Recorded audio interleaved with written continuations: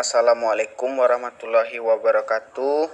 Kami dari kelompok 12 yang terdiri dari 3 orang.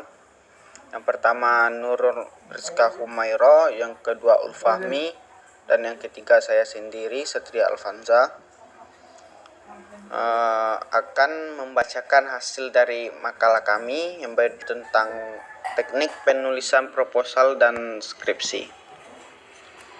Langsung saja.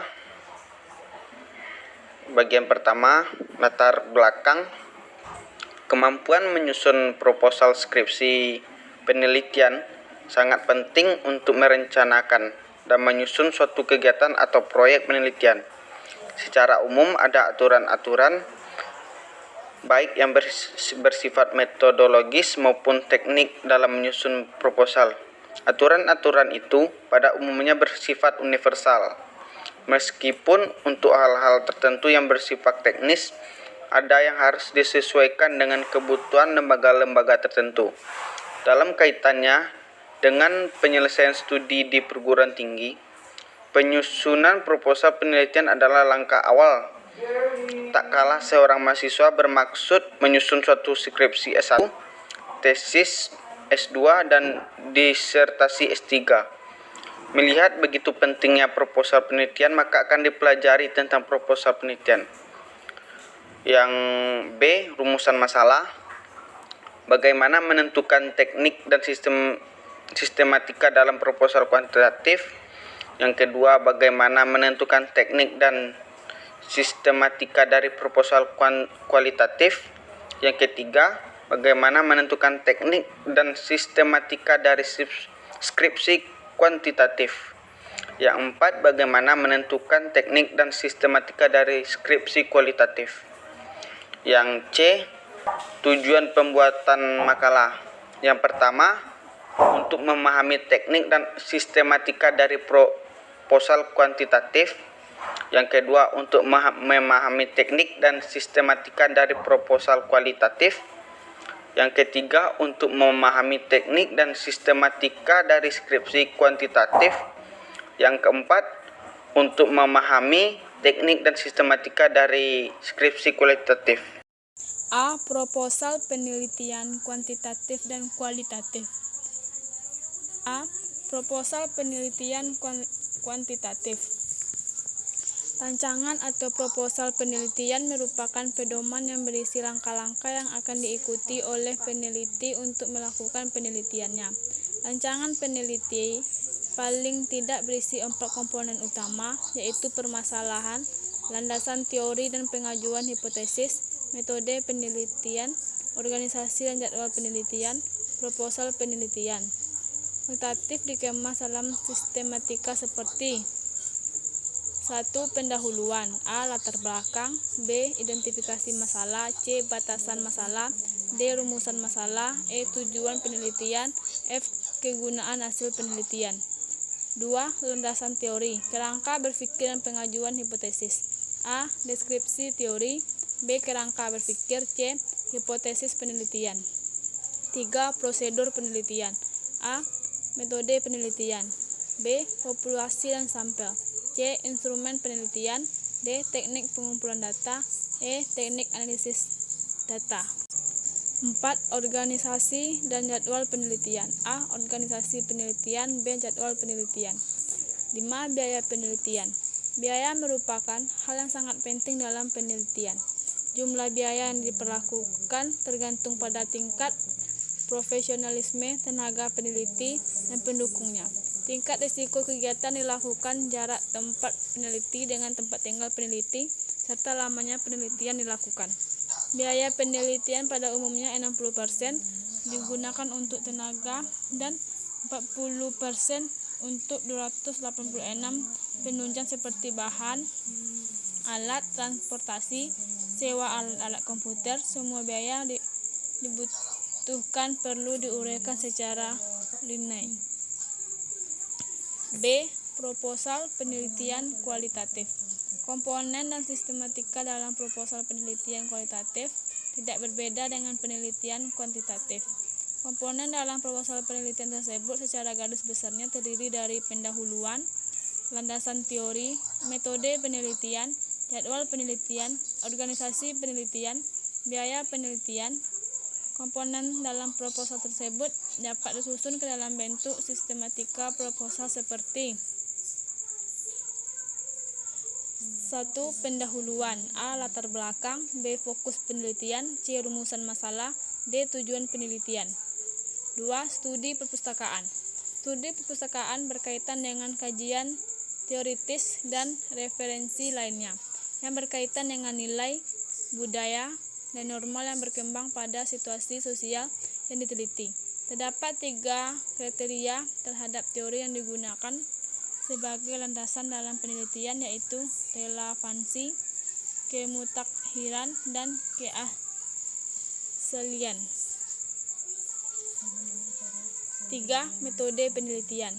Metode A. Metode dan alasan menggunakan metode kualitatif. B. Tempat penelitian. C. Instrumen penelitian. D. Sampel sumber data. E. Teknik pengumpulan data. F. Teknik analisis data. G. Rencana pengujian kebasan data. 5. Organisasi penelitian dan jadwal penelitian. A. Organisasi. Dalam organisasi penelitian ini terdiri atas kedua tim penelitian, beberapa anggota penelitian, pengumpulan data, bendahara, tenaga administrasi. Masing-masing perlu dikemukakan uraian tugas dan waktu yang tersedia. Yang B. Jadwal penelitian. Penelitian kualitatif memerlukan waktu yang relevan lama, antara 6 bulan sampai 24 bulan. Untuk itu perlu dienangkan jadwal pelaksanaan penelitian. Jadwal penelitian berisi aktivitas yang dilakukan dan kapan akan dilakukan. Yang 5. Pembiayaan. Jumlah biaya yang diperlukan tergantung pada tingkat profesionalisme tenaga peneliti dan pendukungnya. Tingkat risiko kegiatan dilakukan, jarak tempat penelitian dengan tempat tinggal peneliti, serta lamanya penelitian dilakukan. Skripsi penelitian kuantitatif dan kualitatif. A. Sistematika urutan skripsi dan tugas akhir. A. Bagian awal. 1. Halaman judul atau cover. 2. Isi halaman judul atau cover terdiri dari logo UIN, judul, skripsi atau tugas akhir, kalimat diajukan kepada fakultas, nama penulis, instansi tempat penulisan, dan tahun penulisan Masehi dan Hijriah. 3. Disusun secara estetis. Disusun jaraknya sedemikian rupa sehingga terlihat indah. Dalam bentuk piramida terbalik, baris pertama lebih panjang dari baris kedua. Baris kedua lebih panjang dari baris ketiga. 4. Dalam hal penulisan, unsur-unsur yang dimuat pada halaman judul atau cover ditulis secara sisteris. Susunan baris-baris diatur sedemikian rupa sehingga setiap baris terletak di tengah-tengah, seimbang kiri dan kanan. 5. Logo UIN ditempatkan pada posisi paling atas. 6. Judul, penempatan dan penulisan judul diatur sebagai berikut. Judul ditulis di baris paling atas dengan jarak dari margin atau sekurang-kurangnya 4 cm. Judul yang panjang ditulis menjadi 2 baris dengan jarak 2 spasi. Pengetikan menggunakan huruf kapital.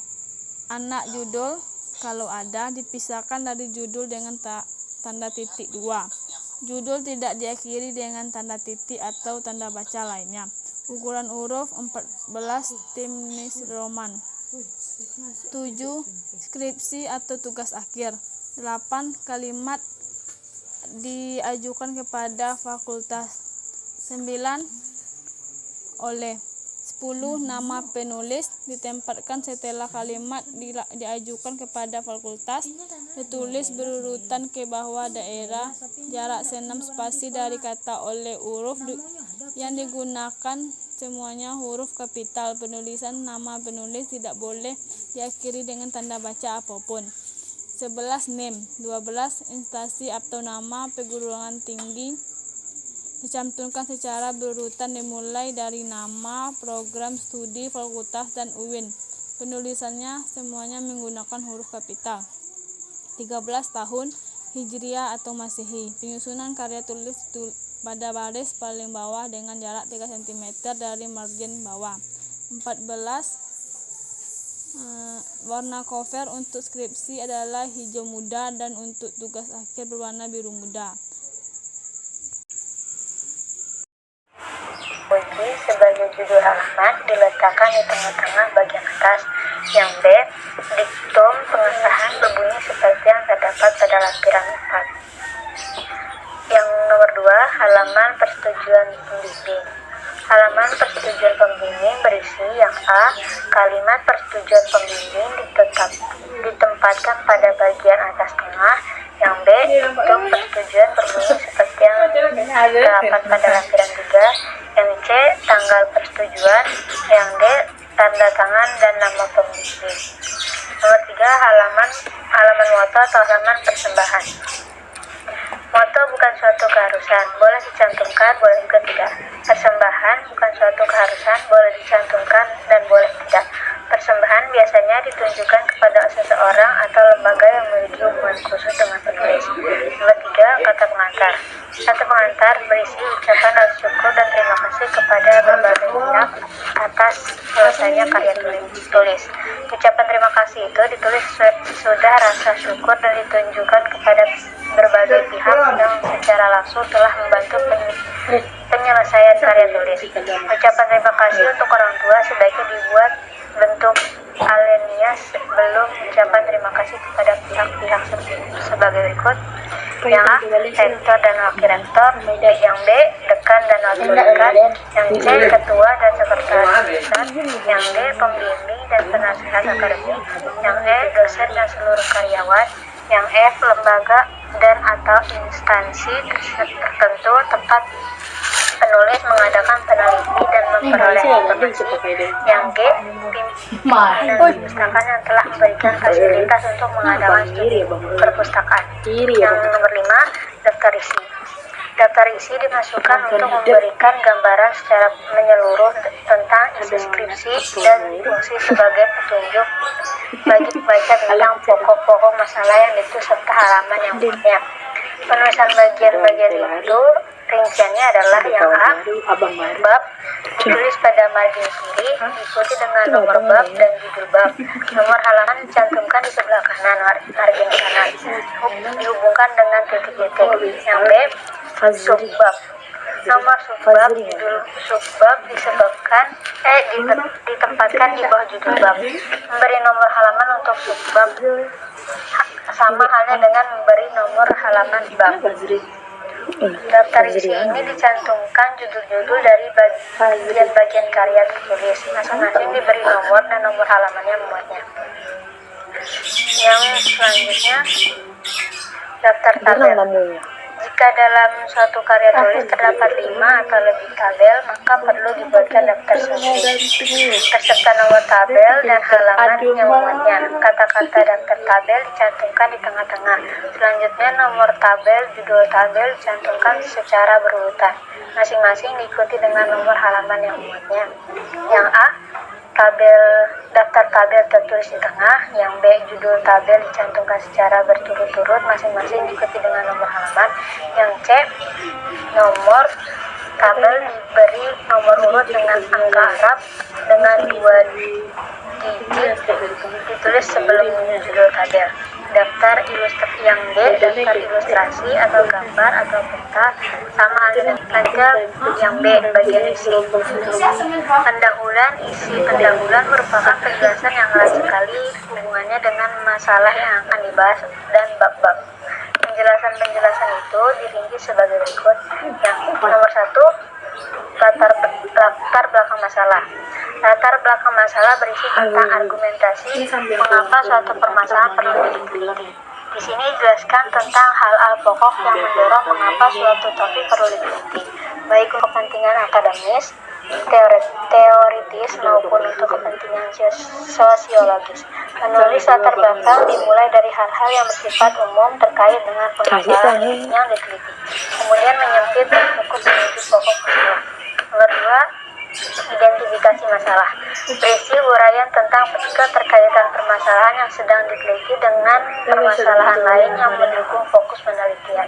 Yang nomor 3, pembatasan masalah. Berisi uraian tentang cangkupan wilayah permasalahan yang akan dibahas dan diteliti, sehingga tidak tumpul tindih dengan permasalahan lain di luar wilayah penelitian. Nomor 4, perumusan masalah. Rumusan masalah membuat pertanyaan yang akan dijawab melalui penelitian. Yang nomor 5, tujuan dan manfaat penelitian. Tujuan penelitian yang dirumuskan harus relevan dengan perumusan masalah yang disajikan. Tujuan yang dirumuskan adalah suatu yang dapat dicapai, diukur, dibuktikan, atau dijelaskan. Yang nomor 6, objek penelitian. Objek penelitian adalah apa yang menjadi sasaran penelitian dan di mana penelitian dilakukan. Uraian tentang objek ini menjelaskan tentang orang, barang, lokasi, dan tempat penelitian yang akan dilakukan. Nomor 7, metode penelitian. Bagian ini menguraikan tentang cara kerja dan prosedur pemecahan masalah yang dijelaskan secara sistematis untuk memecahkan masalah dan mencapai tujuan penelitian. Nomor 8, sistematika penulisan. Sistematika penulisan memuat uraian dalam bentuk esai, deskripsi, yang menggambarkan alur logis dari bangun bahasa skripsi dan urgensi serta kedudukan bab demi bab dari skripsi mulai dari bab pendahuluan sampai dengan bab penutup. Yang C, bab-bab uraian. Isi dari bab-bab uraian itu adalah tentang yang pertama, landasan teori. Landasan teori untuk studi empiris yang bersifat eksplanatori atau kerangka konsepsional. Memuat deskripsi tentang masalah yang diteliti berdasarkan tinjauan pustaka yang dilakukan secara cermat dan mendalam. Studi tentang tokoh tidak dikaitkan dengan variabel lain, tidak perlu landasan teori atau konsepsional.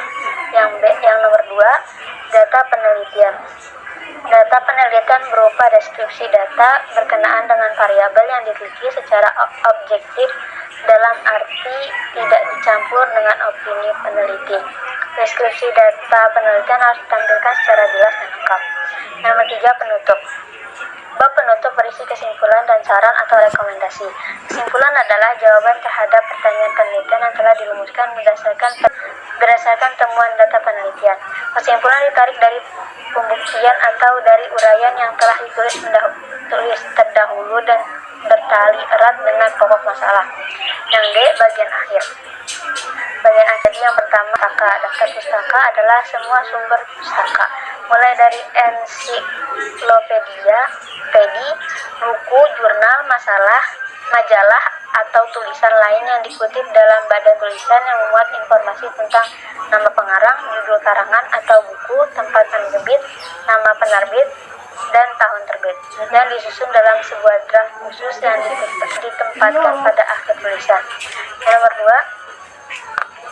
cara penulisan daftar pustaka adalah sebagai berikut. Yang pertama, nama pengarang ditulis lengkap sebagai mana tertera dalam halaman sampul buku atau sumber yang digunakan tanpa mencantumkan garis kesarjanaan atau kepangkatan. Nomor 2, penulisan nama pengarang dimulai dari menuliskan nama akhirnya dan diberi tanda koma sesudahnya. Yang 3, jika pengarang 2 orang atau lebih, hanya nama pengarang pertama yang ditulis sesuai dengan bukir 2 di atas. Nomor 4, jika 2 buku atau lebih dari serang pengarang, untuk penulisan buku pertama, nama pengarang ditulis dan lengkap sesuai dengan ketentuan butir 1 dan 2 di atas. Nomor 5, jika nama pengarang atau lembaga yang menerbitkan tidak ada, penyusunan daftar pustaka berdasarkan pada kata pertama judul. Nomor 6, cara penulisan. Nomor 7, Semua sumber acuan yang disebutkan dalam catatan kaki harus dicantumkan daftar pustaka. Yang nomor 8, disusun berdasarkan urutan alfabetik dengan memakai entry nama, pengarang, atau lembaga yang menerbitkan. Yang B, lampiran. Lampiran membuat dokumen yang isinya tidak dapat dilepaskan dari bahasan karya ilmiah, tetapi tidak mungkin dicantumkan di dalam tungku karangan. Yang B, selanjutnya materi yang B, format penulisan atau teknik penulisan. Yang pertama, jenis kertas yang digunakan untuk menulis naskah skripsi adalah HPS 70 gram, warna. Yang nomor 2, margin. Nomor 3, sistem penomoran terbagi menjadi: yang pertama, nomor halaman untuk bagian awal skripsi menggunakan angka Romawi kecil. Yang B, nomor halaman untuk bagian teks atau isi dan bagian akhir mulai dari halaman pendahuluan sampai dengan halaman lampiran-lampiran angka Arab. Yang C, nomor bab menggunakan angka Romawi besar. Yang nomor 4, jenis ukuran huruf. Naskah diketik dengan menggunakan jenis huruf Times New Roman dengan ukuran font size 12 pada komputer, dan seluruh naskah harus menggunakan huruf yang sama.